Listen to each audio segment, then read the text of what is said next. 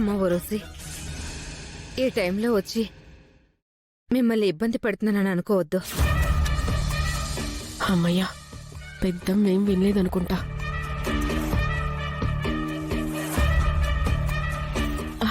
పర్లేదు పెద్దమ్మా. చెప్పు, ఏంటి? ఏం లేదమ్మా. మీ అమ్మ ఎక్కడుంది ఇప్పుడు? అమ్మ ఊర్లోనే ఉంది పెద్దమ్మా.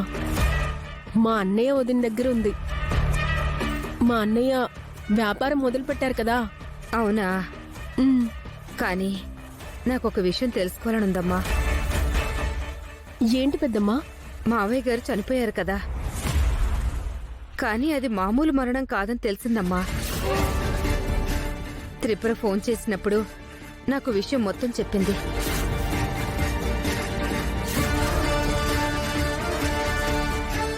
అవన్నీ నాకేం తెలియదు పెద్దమ్మా. కానీ తాతయ్య చనిపోవడం మన దురదృష్టకరం.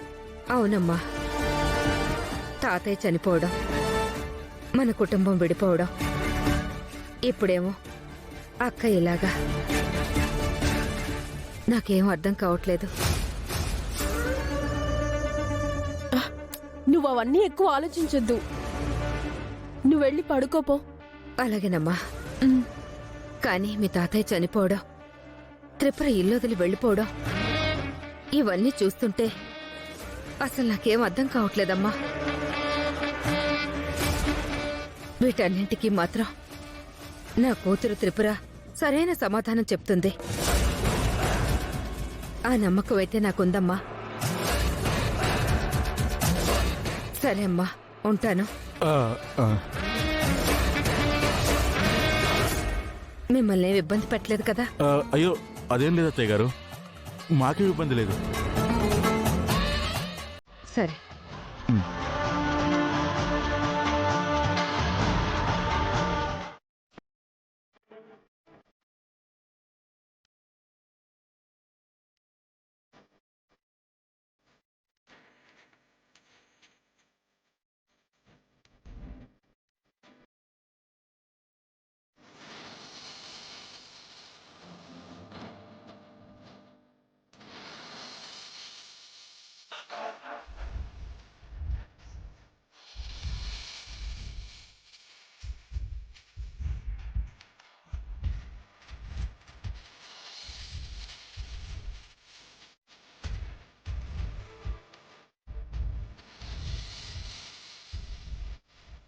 సుందరి, ఏంటి సుందరి, మనకెవ్వరూ జాబ్ ఇవ్వడం లేదు.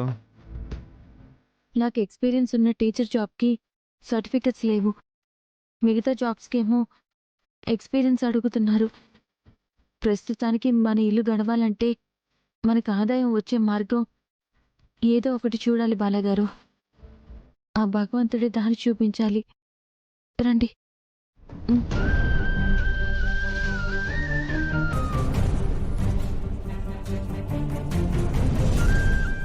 బాలగారు, అక్కడేదో పొలం పనులు చేస్తున్నారు.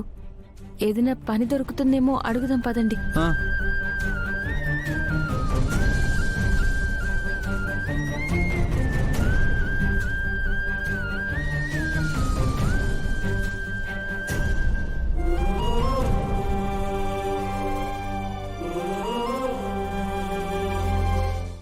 అమ్మగారు, అమ్మగారు!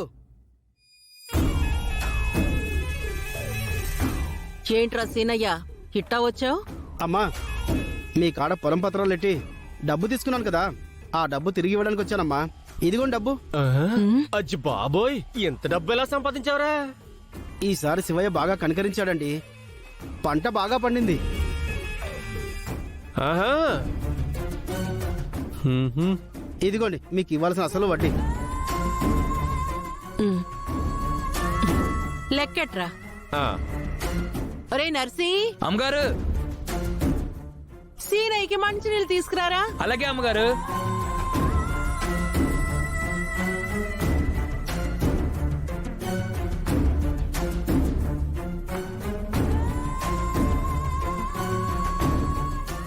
పట్టుకురా.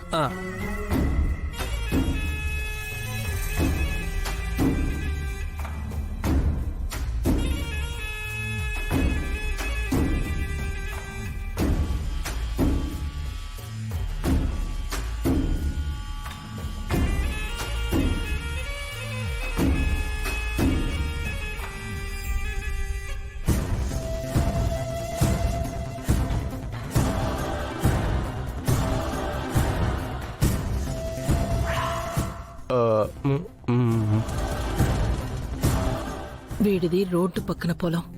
పట్టాలు ఇడికిస్తే మళ్ళీ తిరిగిరాడు. హా, ఎంత ఇచ్చాడు?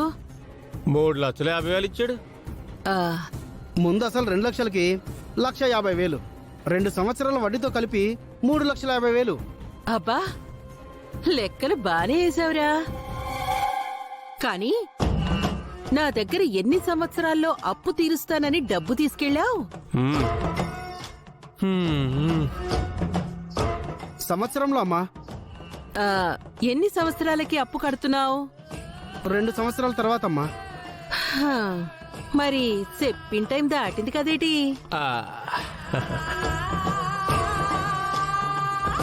అందుకే కదమ్మా 2వ సంవత్సరం వడ్డీ కూడా లెక్క కట్టించాను. అసలెవరిదిరా? మీదేనండి. వడ్డీ ఎవరేయాలి? మీరేనండి. ఆ, 1 సంవత్సరం లేట్ ఇచ్చినందుకు ఇంకో ₹1,00,000 చక్రవడ్డీ వేస్తున్నాను. ఆ? ఇది చూస్తుంటే ఏం కుక్క బతుకురా కాదు, ఏం మంచి బతుకురా అనిపిస్తుంది.